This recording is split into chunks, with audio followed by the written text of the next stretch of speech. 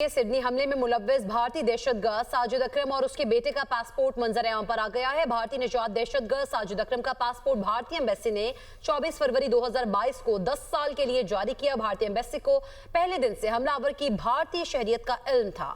इस हवाले से डॉक्टर कमर चीमा साहब दिफाई तजियाकार हैं, उन्होंने हमें ज्वाइन किया है। कमर चीमा साहब, बहुत शुक्रिया आपके ज्वाइन करने के लिए। कैसे एनालाइज करेंगे अब सिचुएशन को, जैसे जैसे वक्त गुजरता जा रहा है मजीद इंकशाफात भी हो रहे हैं और हकायक भी मंजर-ए-आम पर आ रहे हैं?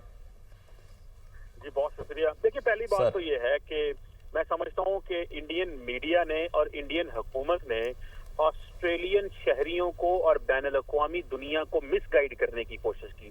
जब उनको इस चीज का पता था कि ऑस्ट्रेलियन इंटेलिजेंस एजेंसी ने इंडिया से कांटेक्ट कर लिया है कि इस शख्स का ताल्लुक भारत से है, तो ये क्यों झूठ फैलाते रहे, क्यों ऑस्ट्रेलियन अवाम के जज्बात से खेलते रहे?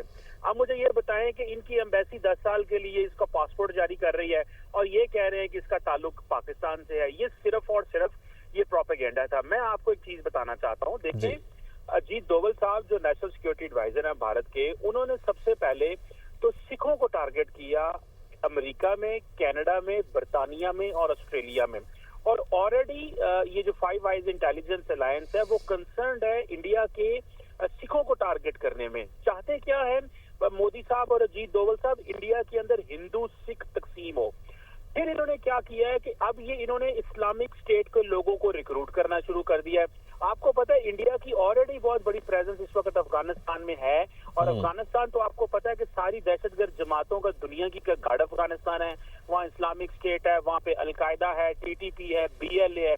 अब ये क्या कर रहे थे, अब ये इन्होंने बेसिकली इन्होंने इस बंदे को रिक्रूट करवाया है और रिक्रूट करवा के इसको ऑस्ट्रेलिया के अंदर ये जो दहशतगर्दी का हमला हुआ है, बेसिकली ये ऑस्ट्रेलियंस को और दुनिया को बताना चाहते हैं जी कि भारत और जो वेस्ट है वो ये मुसलमानों से हम बड़े तंग हैं, ये देखें इस तरह की हरकतें कर रहे हैं। लेकिन इन रियलिटी ये इनकी डीप स्टेट और इनका जो स्ट्रक्चर है सारे का सारा वो इन लोगों को रिक्रूट करवाता है, ऐसी दहशतगर्द जमातों को पैसे देता है।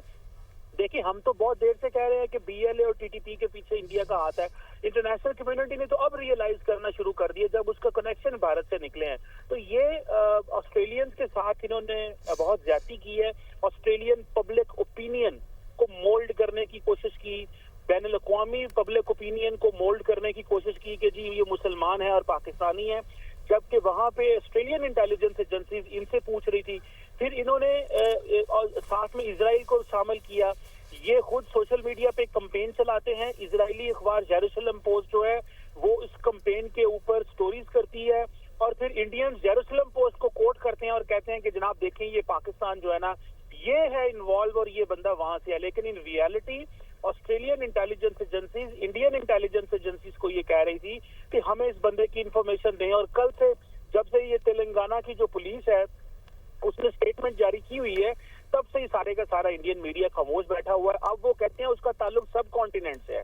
पहले ये इंडियन कहते थे उसका ताल्लुक पाकिस्तान से, अब जब से उसका ताल्लुक भारत से वो हो रहा है वो कह रहे हैं कि ये तो साउथ एशियन है, इसका ताल्लुक सब कॉन्टिनेंट से है। राइट, और ये सारा मामला इन पे खुद ही बैकफायर कर गया है। डॉक्टर कमर चीमा साहब, बहुत शुक्रिया, आप हमारे साथ मौजूद थे।